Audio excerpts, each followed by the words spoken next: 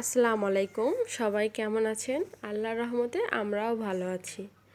বাইরে বৃষ্টি হচ্ছে, হঠাৎ করে বাচ্চারা তেলেপিঠে খাওয়ার জন্য বায়না ধরলো। তো বাচ্চাদের জন্য একটু তেলেপিঠে করে দিলাম। তো আমি এই তেলেপিঠেটি করছি সুজি দিয়ে। তো প্রথমে 1 কাপ সুজি নিয়েছি। সুজিগুলো কাঁচা সুজি আমি এটা ভেজে নিইনি, এবং এখন এর মধ্যে দিয়ে দেব 1 কাপ কুসুম গরম দুধ। 1 কাপের হাফ কাপ আমি দুধ দিয়েছি। এটা ভালোভাবে নেড়ে এখন আমি বাকি হাফ কাপও দুধ দিয়ে দেব, এবং এটি মাখিয়ে কিছুক্ষণের জন্য রেখে দেব রেস্টে।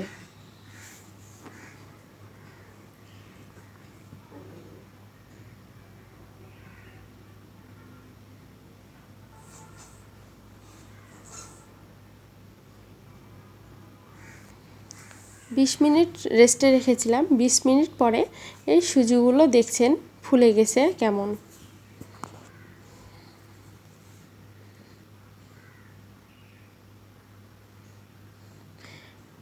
এখন আমি এর মধ্যে 1 চিমটি লবণ ও হাফ কাপের মতো চিনি অ্যাড করে দেব।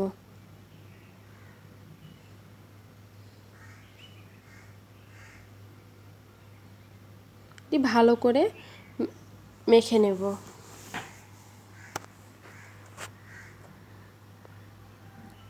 চিনিটি যখন গলে যাবে তখন এর মধ্যে আমি 1 কাপ ময়দা যোগ করব।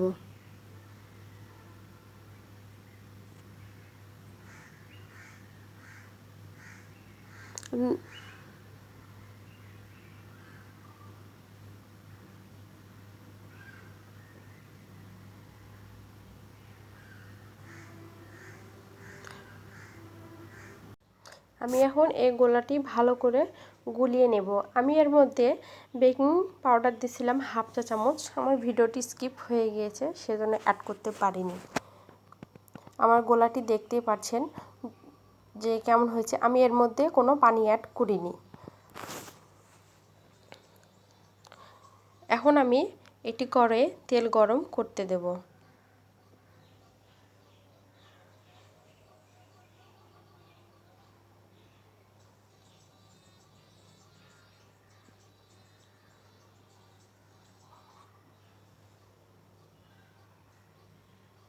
তো গোলাটা দেখতে পাচ্ছেন যে কতটা স্মুথ হয়েছে।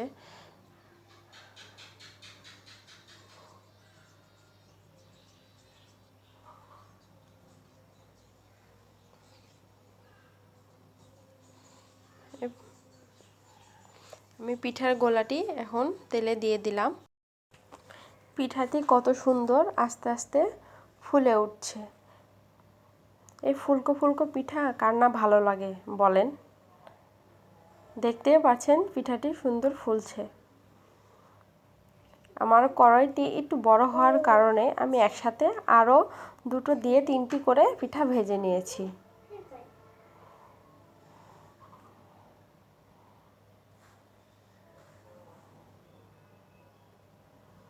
এভাবে আমি সবগুলো পিঠা ভাজা প্রায় শেষ হয়ে গিয়েছে।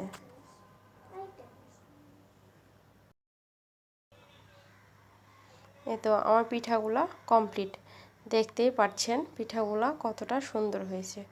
সুজি দিয়ে তেলে পিঠে মনেই হয় না যে এটা সুজি দিয়ে তৈরি করা হয়েছে।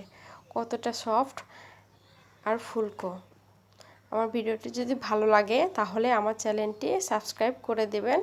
সবাই ভালো থাকবেন, দোয়া করবেন। আল্লাহ হাফেজ।